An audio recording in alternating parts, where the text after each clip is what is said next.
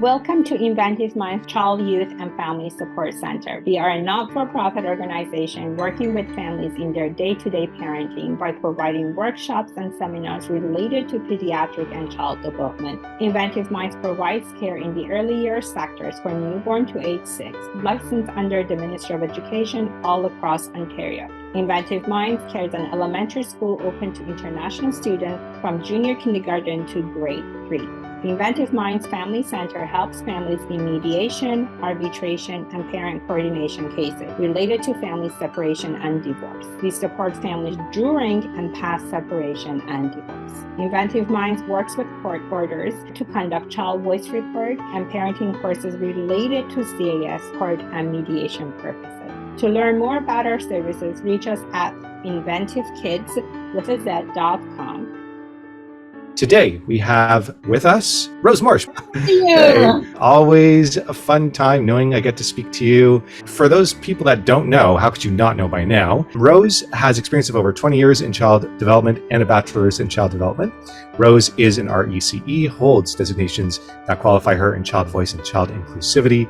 Rose is also a parent practitioner and family mediator. She specializes in working with infancy to teens and is the director of operations for the awesome Inventiveminds Child, Youth, Family Support Center. Let's get right into today's topic. Let's define screen time if we can. Screen time is anything to do with technology. That's a pretty simple explanation right there. Yeah, so TV, iPad, games, phone, anything to do with the technology. Perfect. Any moment in time, you're using a screen. So now let's maybe talk about what are the symptoms for too much screen time. One child might carry one symptom where another child may carry 2 or 3. But normally when there's too much of a screen time, the first thing that you'll find with children that they will have difficulty sleeping. The sleep routine time will become a bigger challenge. Another thing that you will notice is that they might show you even more tantrum. They'll be sort of acting out a little bit more because their big brain emotions. There's too much vision and they don't know how to explain their blurries in their vision. So even a preschooler can have a headache. They cannot express where these feelings are coming from. So you see them mostly in children, in tantrums and difficulty with sleep. There's definitely a link to an overload of feel-good chemicals that we all receive when we're being entertained. And if you're constantly having exposure to that, as soon as you don't have the ability to have exposure to that, it could be this big shift in behavior and downward emotions. And not only that, research indicates too much screen time can lead to obesity, depression in adolescents and teens. So really monitoring it from birth is the key factor here. We are molding them. We are their role models. We are their parents. So whatever you're really inputting is what you're going to be getting later on in life as well. Those fundamental steps right now becomes to be very essentially important. Yeah. And I also noticed that one thing that's really good for parents in terms of my perspective, from my experience, what I've seen is for parents not to necessarily think of screen time to be something that is a treat. It's taught early on how to have a respect for your time with technology, where it's not a good or bad thing. It's just part of life. When we go through topics like this, it's all for educational purposes only. None of this is meant to be advice for what might work for you specifically, for your family, for you as an individual, for any person you know. Everything, of course, is case by case. We're all unique people. So if you wanted to know what worked for you specifically, you'd have to work with a professional. They'd have to get to know the ins and outs of your life, your family life, to be able to determine or help determine what would be the best way to develop these healthy relationships with technology. Think of everything we're talking about as more educational purposes only. So I'd like to know what you think is a healthy amount of screen time. The information that I'm providing are more research and science-based. It's not because Rose is just saying them.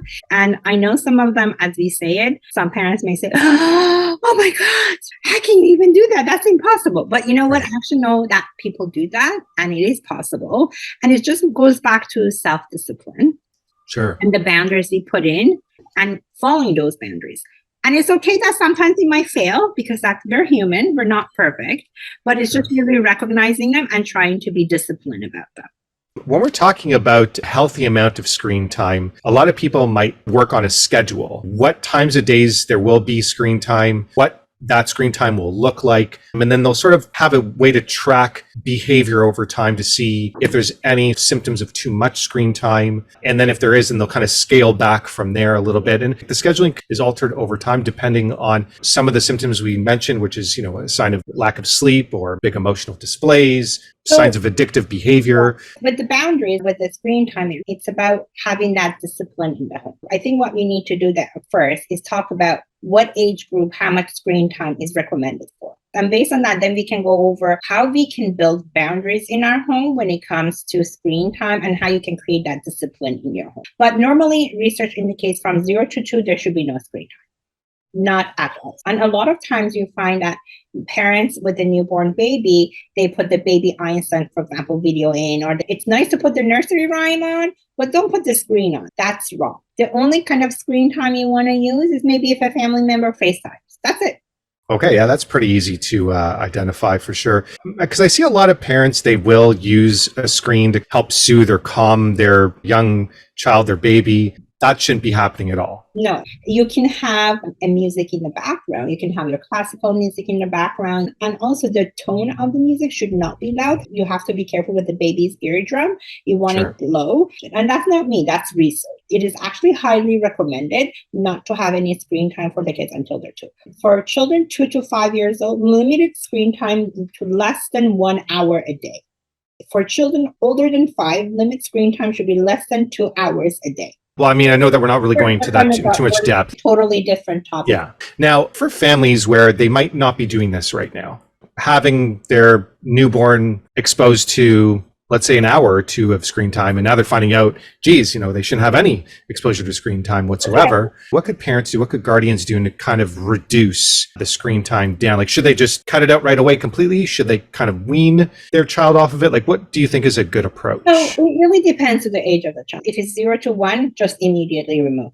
So if the child's 2 to 5, you've already created a routine of a screen time. So it becomes to be something gradual that I would recommend you to start by reducing weekly, half an hour a day. You might have to reduce it by 15 minutes, then eventually half an hour, then to an hour to bring it to that limit. You still have the chance of controlling it because they're not adolescents and teens.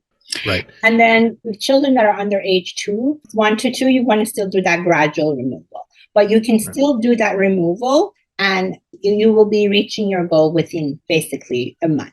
Now, do you think like an effective approach would be to kind of scale back the time if you see that you're getting sort of like a bad reaction to that, to not necessarily give in, but to slow down the scale back a little bit until there's sort of none of that acting out, and then start to scale back more again until you get a little bit more resistance, then kind of stop and then wait till things calm down and then start scaling back again? Do you think that approach works well, or do you think it's more like scale back pretty much no matter what the response is gradually? What I recommend you to do, for example, if your routine was you put your baby in front of the screen when you're feeding your child, you don't need to have that screen. You can be that entertainment by talking to your child. And definitely if you're doing screen before bedtime, definitely no. You want to take that away as soon as possible. That's not a good practice. That's a lot of light in their eyes, and it affects their vision, and it affects their sleep, and affects their whole routine. So it depends to what routine you're practicing that needs to be disciplined first. Every home is different, and you need to look at the dynamic of the home, the environment of the home, parent routine themselves, their own self-discipline. All of that becomes really a factor of how you function in the home. That makes perfect sense. Having a very difficult times, let's say in certain routines, maybe you keep it in that routine, you eliminate it in a different routine, and then you come to that routine after. Within this, we're kind of touching upon what are some effective boundaries we can create when it comes to family and individual screen time. Boundaries with technology. So it's really important when you have a 2 to 5-year-old, especially when you have 4 to 5-year-olds, you really want to put some boundaries in there. 3-year-old, you still can control. 4 to 5, they've got into that routine that you've done things.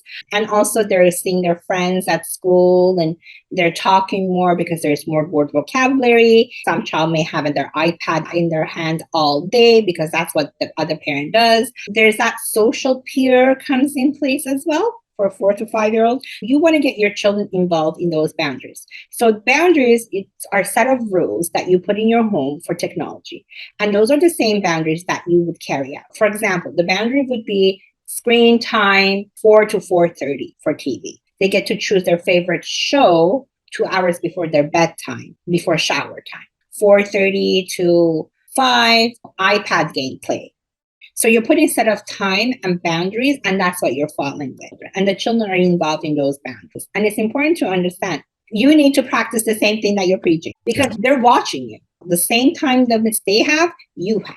So the parents shouldn't be also holding their phone. So you need to have limits with your screen at home as well. Yep. Leading by example. That's one of the best ways you can enforce what's happening. There are other ways to entertain your child rather than technology. And a lot of times as parents, we feel overwhelmed and we find the technology to be the solution to feeding, to keep them quiet. So for example, for an infant, you can have a soothing area in your home. When you're cooking, you should have an area where you have the blocks, where you have the books. You could have a little coloring with crayons for them. They can be entertained by making blocks. They could be entertained by looking at books while you're cooking. So it's like having some form of alternative activities rather than what you used to. A perfect one is also even a Play-Doh for a preschooler. Play-Doh is very soothing. It's helping them relax and they're having a quiet playtime for themselves. So it's creating little corners where they have personal spaces to do things. Instead of having screen time before bedtime, why don't we read 2 books? Like, I totally get it. We look at having our child in front of the television as sort of a way to give us a break because it distracts them and it keeps them entertained, kind of frees us up to do the things that we need to do to get. But everything is sort of cost benefit analysis that should be done. Ultimately, having children is chaos. If part of your screen time is at that time for 30 minutes, that's perfectly fine. So maybe half an hour it is a quiet activity time, and then as a reward is screen time. That's great. Is there anything else that you want to make sure that we touch upon, Rose? And thank you so much, Adam, one more time. I appreciate your support. Appreciate you too.